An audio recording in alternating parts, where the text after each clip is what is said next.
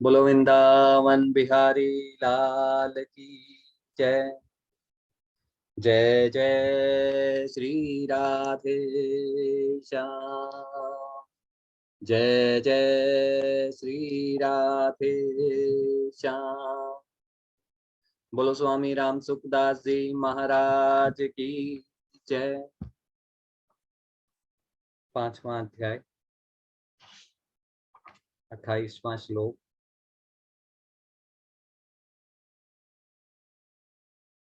कल हमने इसमें ध्यान विधि के बारे में पढ़ा था, जो हमारी प्राचीन ध्यान प्रणाली है और जिसका भागवत में भी और सभी शास्त्रों में जिसका वर्णन है, उसी के बारे में कल कुछ बाकी रह गया था कि कैसे प्राणायाम के द्वारा दृष्टि को स्थिर करके मन और बुद्धि को स्थिर किया जा सकता है।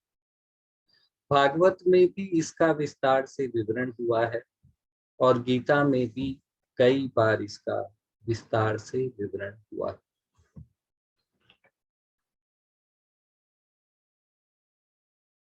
जिन साधकों का ध्यान विधि के द्वारा मोक्ष प्राप्ति करना, परमात्मा को प्राप्ति करना लक्ष्य है, उन्हें यहाँ मुनि मोक्ष प्रायणा कहा गया है। परमात्मा प्राप्ति करना ही जिसका लक्ष्य है, ऐसे परमात्म स्वरूप का मनन करने वाले साधक को मोक्ष प्रायण कहा गया है।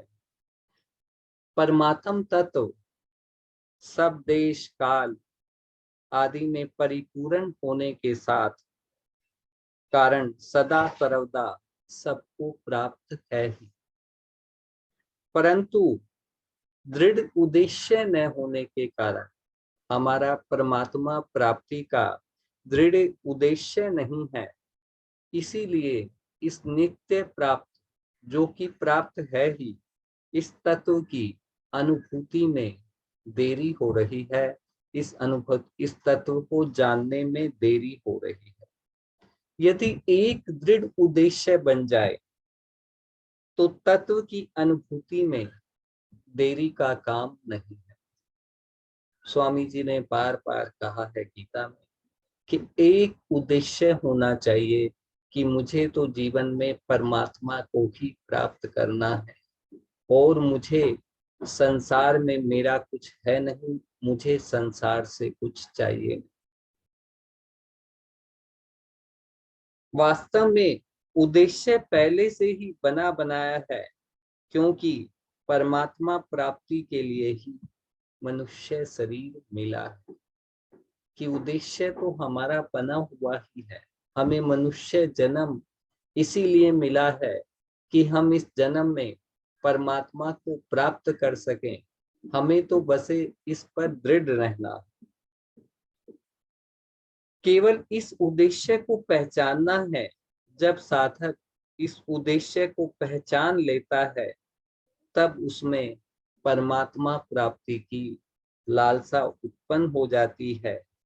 यह लालसा संसार की सब कामनाओं को, संसार की जितनी भी कामनाएं हैं, सबको मिटाकर साधक को परमात्म तत्व का अनुभव करा देती है। अतः परमात्मा प्राप्ति के उद्देश्य को पहचानने के लिए ही यहाँ साधक को मोक्ष प्रायण कहा गया है।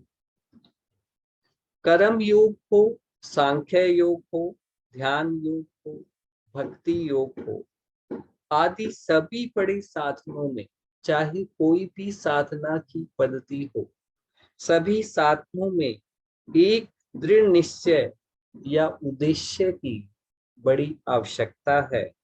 अगर अपने कल्याण का उद्देश्य ही दृढ़ नहीं होगा तो साधन से सिद्धि कैसे मिलेगी। जब तक हमारा उद्देश्य दृढ़ नहीं होगा कि मुझे तो परमात्मा को ही प्राप्त करना है, तब तक परमात्म तत्व की अनुभूति नहीं होगी। अपनी इच्छा की पूर्ति में बाधा देने वाले प्राणी को अपने से सबल मानने पर उससे भय होता है कि जो हमारी कामना की पूर्ति में बाधा डालता है, यदि वह हमसे बलवान है तो हमें उससे भय होता है, और यदि वह हमसे निर्बल है, हमसे कमजोर है, तो हमें उस पर क्रोध आता है। ऐसे ही जीने की इच्छा रहने पर मृत्यु से भय होता है, क्योंकि मृत्यु बलवान है। हम सब प्रत्येक प्राणी की जीने की इच्छा रहती है, इसीलिए उसे मृत्यु से भय होता है, और दूसरों से अपनी इच्छा पूर्ति करवाने तथा दूसरों पर अपना अधिकार जमाने की इच्छा से क्रोध होता है। हम चाहते हैं कि जितने भी घर के सदस्य हैं वो मेरी इच्छा के अनुसार चले। मनुष्य की सबसे बड़ी कामना यही है।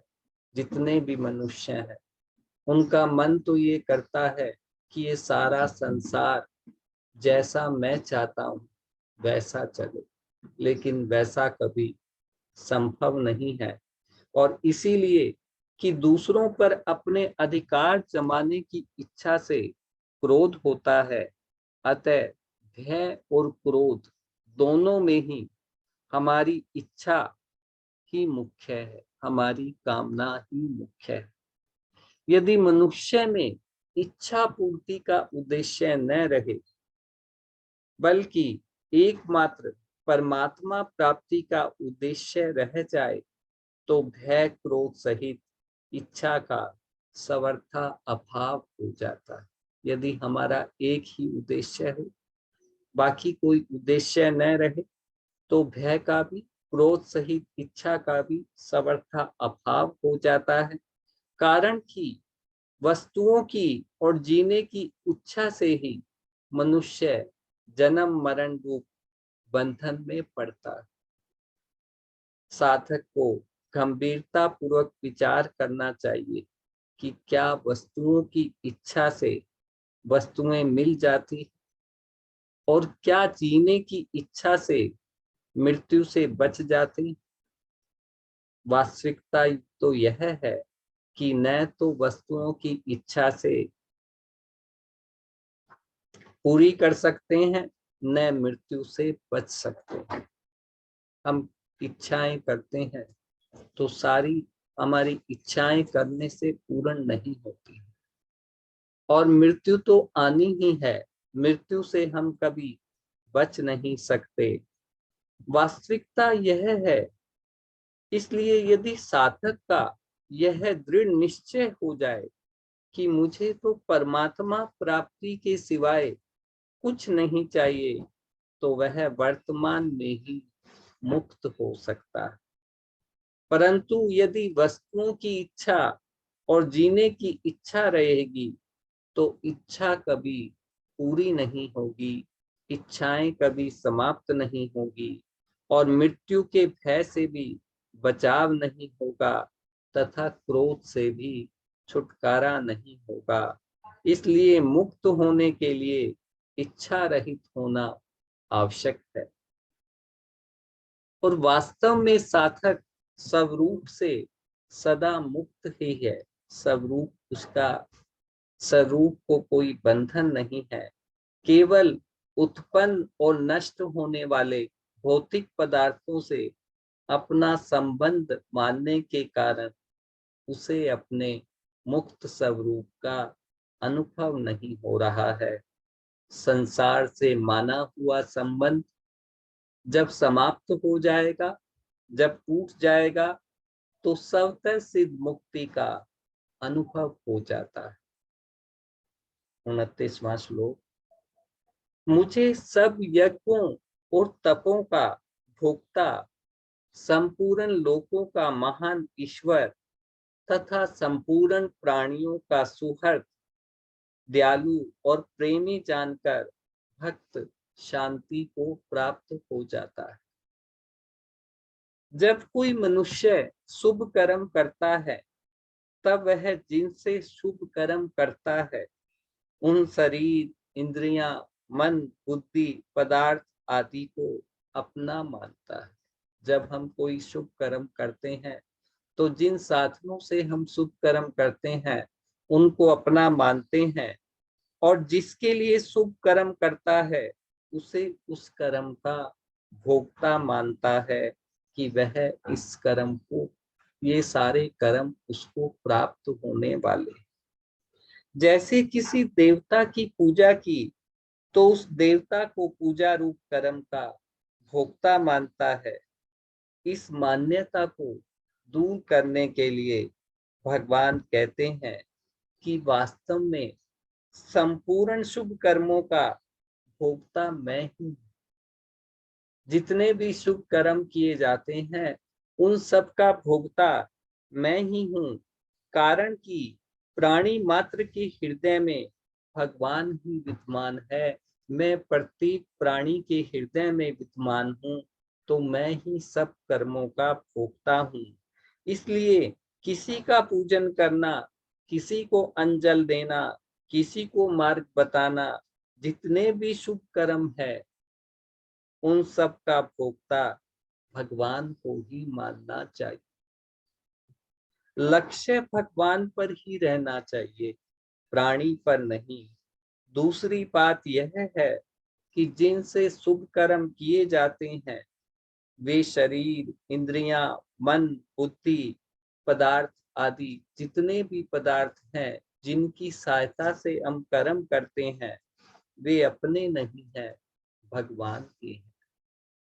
उनको अपना मानना ही फूल है। उनको अपना मानकर अपने लिए शुभ कर्म करने से मनुष्य समय उन कर्मों का भोक्ता बन जाता है।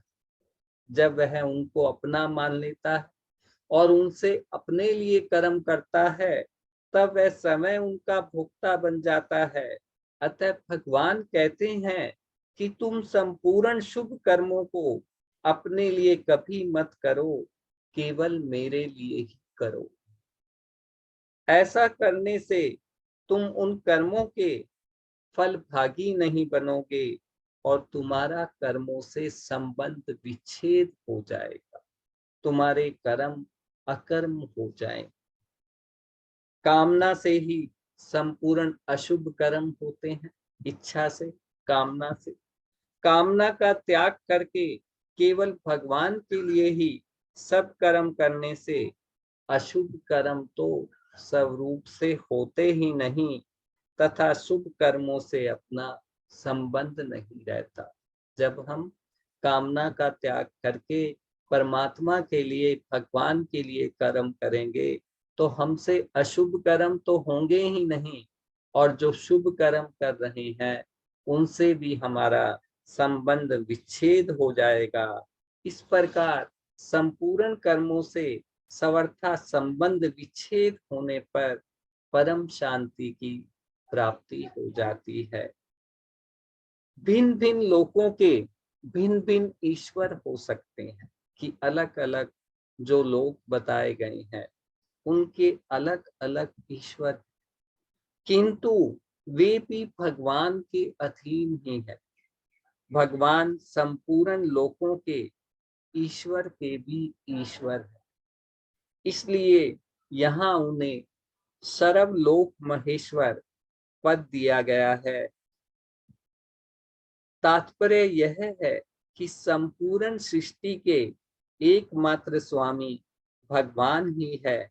फिर कोई ईमानदार व्यक्ति सृष्टि की किसी भी वस्तु को अपनी कैसे मान सकता है कि जब सब सारी सृष्टि के मालिक भगवान ही है, तो हम किसी भी वस्तु को अपनी कैसे मान सकते हैं, क्योंकि सब का मालिक तो भगवान ही है। शरीर, इंद्रियां, मन, बुद्धि, प्राण, स्त्री, पुत्र, धन, जमीन, मकान आदि को अपना मानते हुए प्राय लोग कहते हैं कि भगवान ही सारे संसार के मालिक, कि पदार्थों को अपना भी मानते हैं और ये भी कहते हैं कि भगवान ही सारे संसार के मालिक हैं।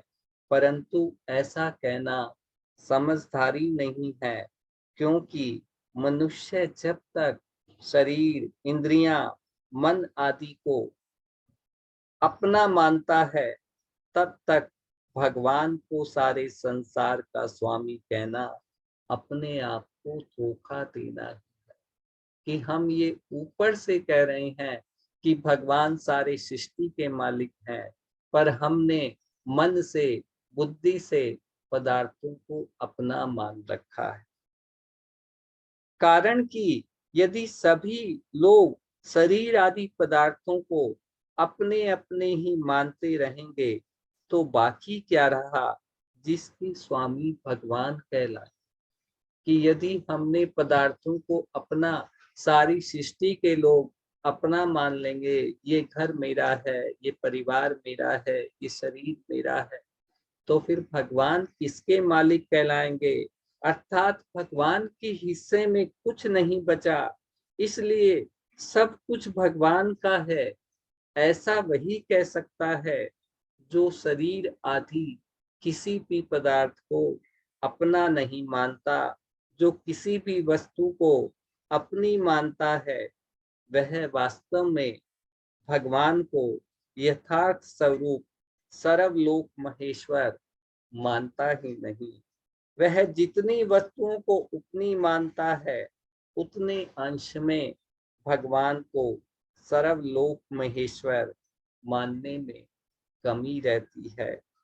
जो संपूर्ण लोकों के ईश्वर के भी ईश्वर हैं, वे बिना कारण स्वाभाविक ही प्राणी मात्र का हित करने वाले हैं, और ऐसे हितैषी रक्षक तथा प्रेमी दूसरा कोई नहीं है। भगवान की सिवाय दूसरा कोई है ही नहीं।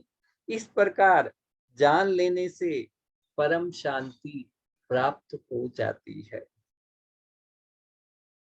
जान लेने का अर्थ स्वामी जी ने बार बार गीता में यही कहा है कि तुम यदि दृढ़ता से मान लोगे तो जान भी लोगे। तुम्हारा विश्वास ही जो है उस मानने की अनुभूति कराएगा। तो तुम्हें सर्वप्रथम ये दृढ़ता से मानना होगा कि भगवान सब जगह विद्वान है, सर्वत्र विद्यमान। जब मान लोगे तब जान भी लोगे। महान शक्तिशाली भगवान बिना किसी प्रयोजन के, उनका कोई हमसे प्रयोजन नहीं, उन्हें हमसे कुछ नहीं चाहिए, हमारे परम सुहृद हैं। फिर भय, चिंता, उद्वेग, अशांति आदि कैसे हो सकते हैं। जीव मात्र का बिना कारण हित करने वाले दो ही है। बोले जितने भी प्राणी हैं उनका हित करने वाले दो ही हैं, भगवान और उनके भक्त। भगवान को किसी से भी कुछ पाना है ही नहीं, इसलिए वे स्वाभाविक ही सबके सुहृद हैं, सबका कल्याण करने वाले हैं, सबके प्रेमी हैं। और जो भगवान का भक्त है वो भी अपने लिए किसी से कुछ भी नहीं चाहता और सबका हित चाहता है तथा हित करता है, इसलिए वह भी सबका सुहृद होता है। भक्तों में जो सुहृदता आती है वह मूलतः भगवान से ही आती है। भगवान संपूर्ण यज्ञों और तपों की भोक्ता है, संपूर्ण लोकों के महान ईश्वर तथा हमारे परम सुहृद है। इन तीन बातों में कि भगवान ही सारे शुभ कर्मों के भोक्ता है, संपूर्ण लोकों के महान ईश्वर हैं तथा हमारे परम सुहृद हैं। इन तीन बातों में अगर एक बात भी दृढ़ता से मान लें, जिसमें कहीं भी कोई अविश्वास ना हो, तो फिर भगवान भगवत प्राप्ति रूपी परम शांति की प्राप्ति हो जाती है।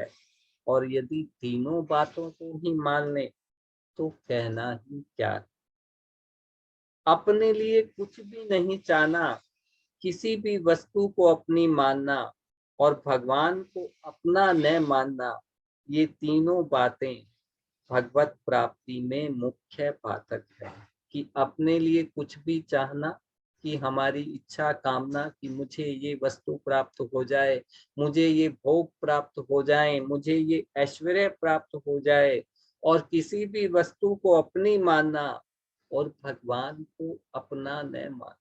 कि हम जितने अंश में भौतिक पदार्थों को अपना मानते हैं, उतने अंश में भगवान को मानने की कमी हो जाती है। तो भगवान को अपना न मानना, ये तीनों प्राप्त बातें भगवत प्राप्ति में मुख्य बाधक है। इसलिए अपने लिए कुछ भी न चाहें, कुछ भी न करें, कहते हैं कि अपना कुछ भी न माने, अर्थात सुख की इच्छा का और व्यक्तियों के अधिपात्य का त्याग कर दें, केवल मेरे को अपना मान। भगवान कहते हैं केवल मेरे को अपना माने, अन्य किसी वस्तु व्यक्ति आदि को अपना न माने। इन तीनों में एक बात भी मान लेने से बाकी बातें स्वतः आ जाती है और भगवत प्राप्ति हो जाती है। अपने लिए सुख की इच्छा का त्याग तभी होता है जब मनुष्य किसी भी प्राणी पदार्थ को अपना न माने। जब तक किसी भी पदार्थ को अपना मानता है, जब तक किसी भी पदार्थ को अपना मानता है, तब तक वह बदले में सुख चाहेगा ही। सुख की इच्छा के त्याग से ममता का त्याग, और ममता के त्याग से सुख की इच्छा का त्याग होता है। दोनों बातें आपस में जुड़ी हुई है। यदि सुख की इच्छा का त्याग होगा तो ममता का त्याग होगा। और जब सब वस्तु व्यक्तियों में ममता का त्याग हो जाता है, जब हमारा सारे पदार्थों से संबंध टूट जाता है, संसार का अभाव हो जाता है, तब एकमात्र भगवान ही अपने रह जाते हैं। जो किसी को भी अपना मानता है, वह वास्तव में भगवान को सर्वथा अपना नहीं मानता। करने को चाहे कहता रहे, कहने को चाहे कहता रहे कि भगवान मेरे हैं, जब तक वह पदार्थों को अपना मानता है, तब तक वो चाहे कितना ही कहे कि भगवान मेरे हैं, माने हुए संबंध का अभाव होने से भगवान से अपनी सच्ची आत्मीयता जागृत हो जाती है।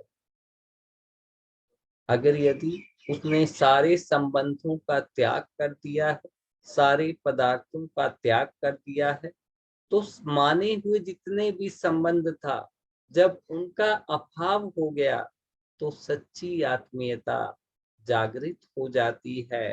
अर्थ यह निकला कि चाहे सुख की इच्छा का त्याग हो जाए,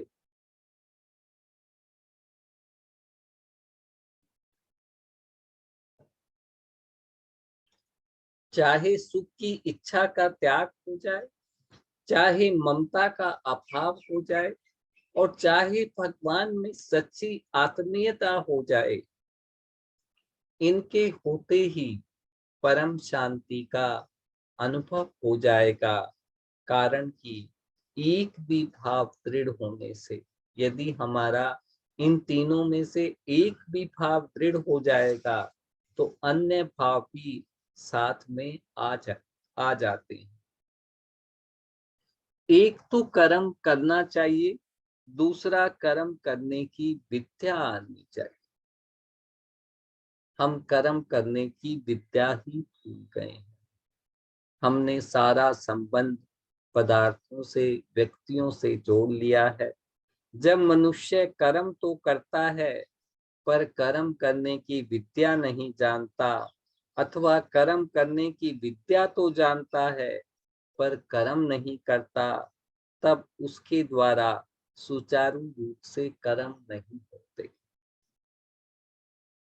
इसलिए भगवान ने तीसरे अध्याय में कर्म करने पर विशेष जोर दिया है, पर साथ में कर्मों को जानने की बात भी कही। और चौथे अध्याय में कर्मों का तत्व से जानने पर विशेष जोर दिया है। भगवान ने अर्जुन से कहा चौथे अध्याय में कि मैं तुझे कर्मों को तत्व से बताऊंगा, और साथ ही कर्म करने की बात भी कही है 5वें अध्याय में। यद्यपि कर्म योग और सांख्य योग दोनों के द्वारा कल्याण होने की बात आई है, तथापि भगवान ने सांख्य योग की अपेक्षा कर्म योग को श्रेष्ठ बताया है। इस अध्याय में भगवान ने कर्म योग, कर्म पूर्वक कर्म योग और सांख्य योग का वर्णन करके फिर संक्षेप में ध्यान योग का वर्णन किया और अंत में भक्ति योग का वर्णन किया, जो भगवान का मुख्य थे जो भगवान का है, वो भक्ति योग पर ही जोर देना है, जिसका हम आगे अध्याय में पढ़ेंगे। 7वें अध्याय में भक्ति योग की ही महिमा भगवान ने गाई है। अब कल से हमारा 6ठा अध्याय आरंभ हो जाएगा। आज हमारा 5वां अध्याय पूर्ण हो गया। बोलो वृंदावन बिहारी लाल की जय। जय।